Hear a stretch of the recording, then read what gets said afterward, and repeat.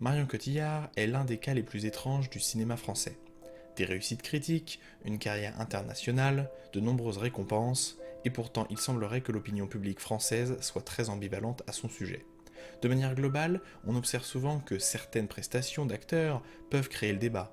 Christian Bale dans American Psycho, Joaquin Phoenix dans Joker ou encore Jack Nicholson dans Shining, les exemples sont nombreux. Cependant, le cas de Marion Cotillard est bien plus complexe. Élevée dans une famille d'artistes parisiennes, elle a une carrière plutôt classique. Elle commence par le théâtre et passe ensuite sans difficulté vers le cinéma. Elle connaît des succès critiques qui lui permettent de se faire connaître à l'international et d'étendre sa carrière vers Hollywood. Toutefois, elle ne connaît pas de vives critiques sur un rôle spécifique, contrairement à bon nombre d'acteurs, mais sur l'ensemble de sa carrière. L'opinion des gens m'importe peu en général, mais je trouve en elle un cas très intéressant. Est-elle mal aimée à cause de sa mort dans Batman The Dark Knight Rises, sujet qu'on révoquera? Peut-être de son jeu d'actrice en général? Ou alors n'a-t-elle eu tout simplement pas de chance? Aujourd'hui, zoom sur la carrière de Marion Cotillard. 残酷な天使のように少年よ神話になれ Marion Cotillard est née le 30 septembre 1975 à Paris. Ses deux parents, Monique Théiot et Jean-Claude Cotillard, étaient tous deux professeurs d'art dramatique. Elle grandit donc dans un milieu empreint d'art et se tourne rapidement vers une carrière dramaturgique. Option théâtre au collège Victor Hugo de Puiseaux, option théâtre au lycée Molière à Paris, puis en 1994, elle entre au conservatoire d'art dramatique d'Orléans où elle y suit même les cours de son père. Une enfance au final assez classique pour une fille d'artiste, mais qui sera marquée cependant par une certaine solitude familiale, ne se sentant que peu proche de ses deux frères, lesquels sont jumeaux. Elle obtient en 1994 le premier prix du Conservatoire d'art dramatique d'Orléans qui lui permettra de faire sa première apparition à l'écran où elle joue dans la série télévisée Highlander, un passage oublié et oubliable. Elle sort en 1998, diplômée du conservatoire et enchaîne quelques petits projets. Comment je me suis disputé d'Arnaud Desplechin en 1996, un film qui divise le public par son côté intello, les critiques, elles, en font soit le meilleur point du film, soit le pire. Mais encore La Belle Verte de Colin Serrault en 1996, un film relativement bien reçu par la critique, mais trop cliché pour certains. Elle obtient sa première récompense aux rencontres cinématographiques de Istres en 1998 pour le court-métrage Affaires classées de Luc Galissère. Elle touche enfin un succès dans la saga Taxi où elle incarne le rôle de Lily Bertino. Elle sera nommée au César de meilleur espoir féminin pour le premier film de cette trilogie. Saga de films produite par Luc Besson, la trilogie Taxi est assez médiocre, même si j'ai personnellement un petit plaisir coupable pour le deuxième opus que je regarde volontiers. Déjà pour son rythme ultra rapide, autant dans la mise en scène que le scénario, qui assume pleinement son côté bordélique, mais surtout pour son côté assumé. Même s'il est clair que cette saga a très bien servi la carrière de l'actrice, ces films lui ont d'abord collé une image de potiche remplaçable de troisième plan, pas franchement glorifiante pour son image publique.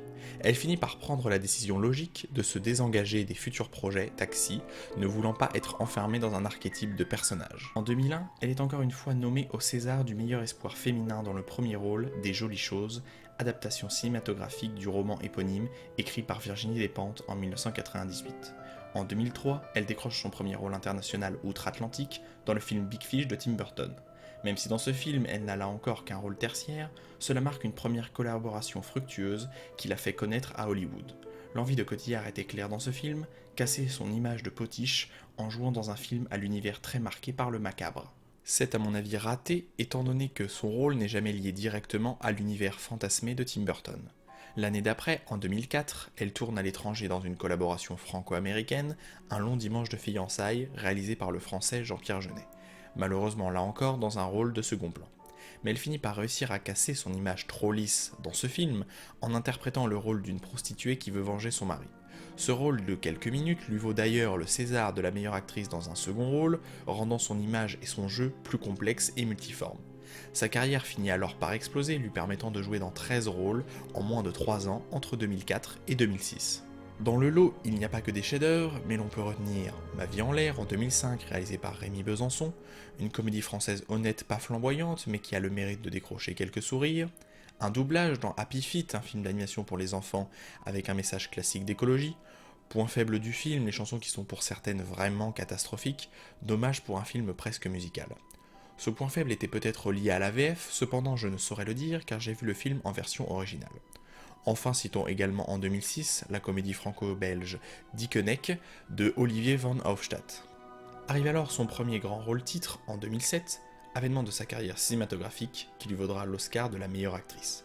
Deuxième française à avoir obtenu la statuette après Simone Signoret en 1960.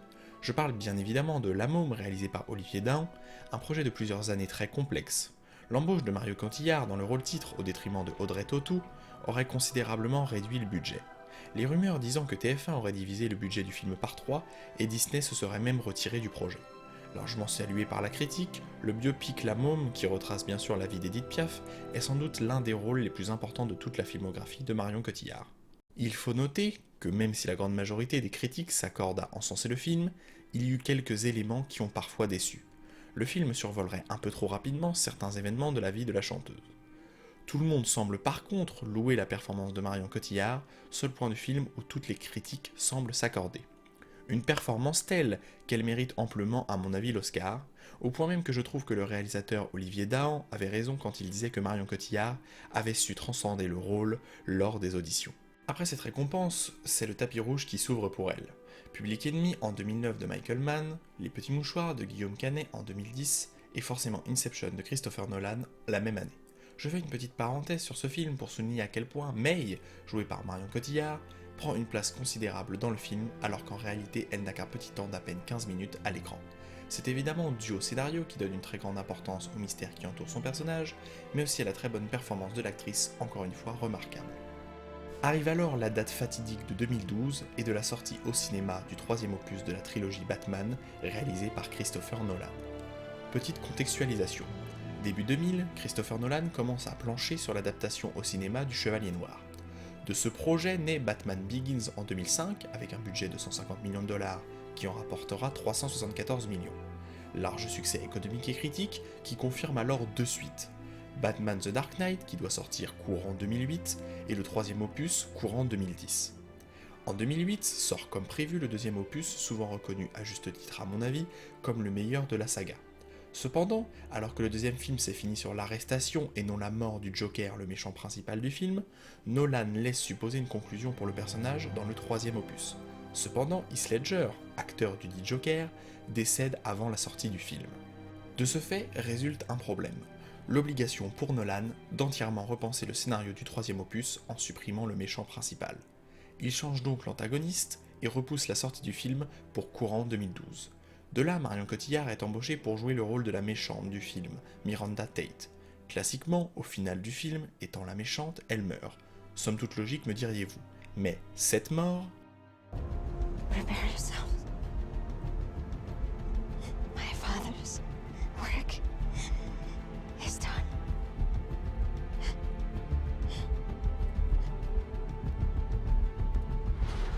What are you doing? I can get it out. Cette scène a littéralement pollué toute la carrière de l'actrice. L'entièreté de son art n'a plus qu'été résumée par ce plan pendant des années. Au point même où des comparatifs de Mort comme Cotillard naissaient sur internet. Pour expliquer rapidement, il est impensable que Nolan, parmi toutes les prises, n'en ait pas une meilleure que celle-ci. Cependant, deux choses.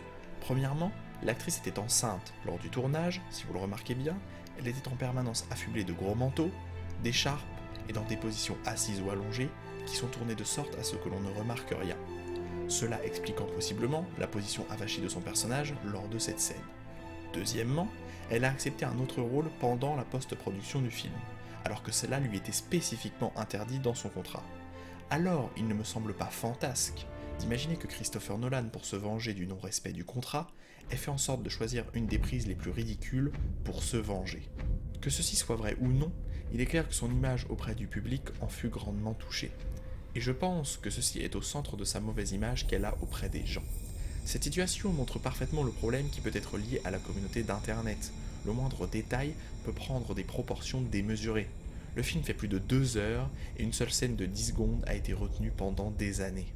Malgré le bad buzz, Marion Cotillard va évidemment continuer dans le cinéma et va prouver tout son talent. Déjà dans son film suivant, De rouillé d'os par Jacques Audiard, ce même film qui est à l'origine de tous ses problèmes. Sans doute le film le plus fort émotionnellement de toute sa filmographie, qu'il nous ait touché ou pas, il ne manque pas de volonté. C'est un drame franco-belge particulièrement bien réalisé par un Jacques Audiard qui se fait plaisir, autant dans la réalisation que dans l'émotion. Après ça, s'enchaîne un rythme assez effréné pour sa carrière avec 15 films en 3 ans, dont en 2014, Un jour une nuit, une collaboration de Jean-Pierre et Luc Dardenne, drame franco-belge bien sympa, mais avec quelques incohérences scénaristiques. Je vais quand même en placer une pour le film Assassin's Creed de 2016. Réalisé par Justin Kurzel, vous savez que je n'ai pas pour habitude de parler de mauvais films dans cette émission, mais là j'étais vraiment obligé. Il est clair que les adaptations en film d'œuvres jeux vidéo ludiques ont eu des hauts et des bas. Mais là ce film m'a carrément mis en colère. Le problème du film n'est pas Cotillard, qui arrive à se débrouiller malgré un rôle pas facile, qui devait se résumer sur le script à ne fait preuve surtout d'aucune émotion, mais là pour un film de 2016, c'est vraiment une catastrophe. Ce film est l'un des bordels scénaristiques les plus dingues que j'ai pu observer. Et je vous dis ça alors que j'ai vu Star Wars 9.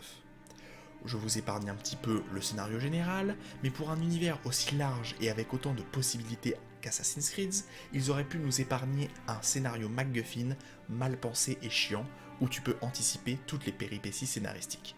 En bref, un film vraiment long, que je ne recommande à personne, et surtout pas aux gens qui ont joué au jeu, qui arrivent à être des meilleurs films que le film Assassin's Creed. Après ce film catastrophique, qui était bien évidemment pas de la faute de l'actrice, la carrière de celle-ci continue jusqu'en 2021 avec un nouveau projet de film que j'attends grandement. Astérix et Obélix, l'Empire du Milieu. Une comédie à la française réalisée par Guillaume Canet. Je suis assez pressé de découvrir ce film et de savoir s'il réussira à prendre les flambeaux des 4 précédents opus. En conclusion, l'on peut dire que la carrière de Marion Cotillard est un cas d'école quant au traitement médiatique des stars sur internet. De façon générale, un détail, une parole peut prendre des proportions gigantesques et ruiner n'importe quelle carrière. Cependant, Cotillard a su, à mon avis, se relever de ça en proposant des jeux variés dans tous ses films et en faisant passer son talent avant la vie du public. L'affaire se tassant peu à peu, je pense que la majorité des gens n'ont pas conscience que cette histoire avait eu une telle répercussion sur internet. Mais j'espère qu'au fur et à mesure du temps, elle pourra être appréciée par tous à sa juste valeur, soit comme l'une des plus grandes actrices françaises.